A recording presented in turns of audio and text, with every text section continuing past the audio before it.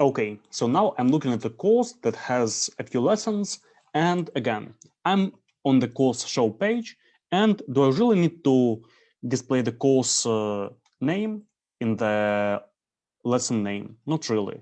We can omit having the course ID displayed when we actually have a current course.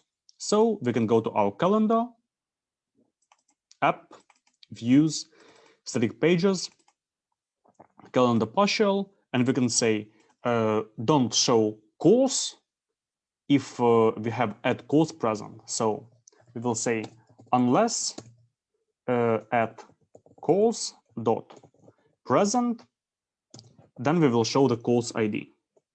Now we will have an end statement, and let's see if it works. Okay, so we have a current course present. That's why we don't show the course ID. Makes sense for the course page. What about the calendar? I go to the calendar, and everywhere we have the course ID present. But if we select a specific course, let's say course 3, okay, let's select course 1, we still have the course ID present, though we have a current course. So why do we need to have the course ID present in the lesson if we have a course selected? We know which course we are viewing. Let's add this additional validation in our static pages controller. You see, we don't have add course in our controller. We don't have kind of a current course like this. That's why we are displaying the course ID. So let's declare the add course. Let's say if params course ID present, then we will say add course equals params course ID. Let's see if it works. I refresh, and looks nice.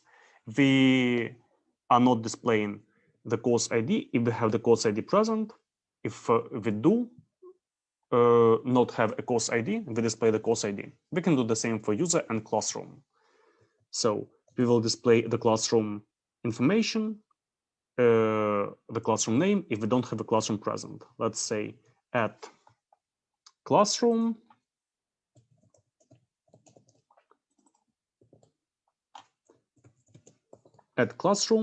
equals params classroom ID, and the same add user equals params user ID. Okay, and let's see if it works. So I select the classroom, and we still have the classroom present. Yeah, because we didn't add it in our views. So in our views, we will say, okay, and here, and here, and unless course present in the previous case, here we'll have unless user and unless classroom present. Unless add user present and unless add classroom present. So what do we have? We have a user ID, we have displayed, and a course ID displayed. But we don't have a room ID displayed because we have selected a specific room. Let's select a specific course. We don't have it present. Let's select a specific user. We don't have the user ID present, just the time when the lesson starts. And why just the time? We want to also display the lesson status. Let's see. Yeah, we added this lesson status into the condition clause. We shouldn't have done that. So just like this. We see that the lesson was planned, is planned. Let's place it next to the time. Okay, so looks better. Now we have dynamic information about lessons. We select a course and we don't see the information about this course. We don't see the course ID when we view the lessons, but we know that this is the current course because we have selected it in our form. So looks better.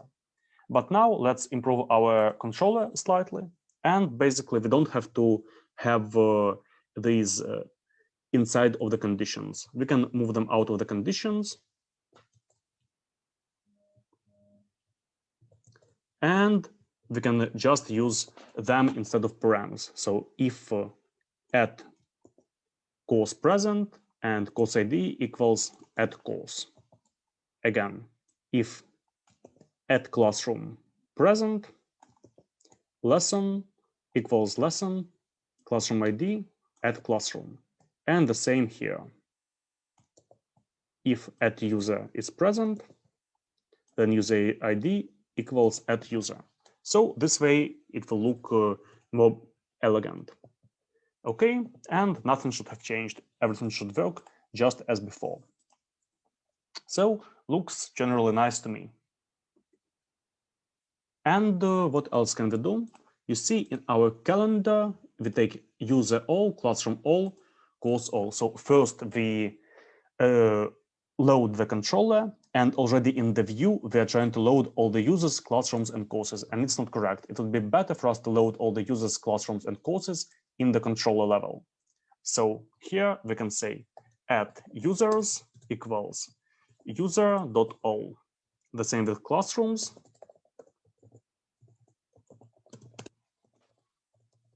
And courses.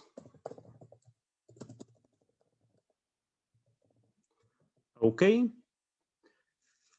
And here, instead of user all, we will have add users, add classrooms,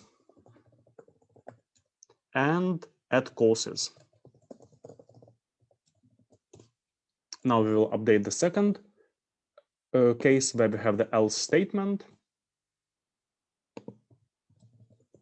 Now I forgot to remove this all. So classrooms and users. And it should work just as before. User, classroom, course. Refresh. But you see, we have the courses in a strange order. Why do we have the courses in such an order? If we go to courses show, we also see 1, 3, 2. And they're grouped by when they were updated. So we don't want to group them by when they were updated. We want to group them by, by their order, I guess. So let's change the grouping. Let's go to our static pages controller. We'll change the order. And we'll have course, let's say, dot order, order, and we will order it by the ID, let's say descending, for example. And we have 3, 2, 1. Well, the newer courses will be first, the older courses will be last. We select just course, and we have no course selected. So looks nice. In theory, we can do the same with our users. We can order them by their email address. So let's say user.order email descending, or better ascending, like ASC, okay? We have admin and student, and classrooms can be also ordered. We'll order the classrooms by the name. Order name ascending. If we select descending, 3, the third room must be before the second, let's see, and it works. So classrooms order ascending, and it looks kind of better. So the order of the users and courses in classrooms was set for this specific controller, and it's not going to change based on some specific data. So looks nice. What have we done? We have improved this method for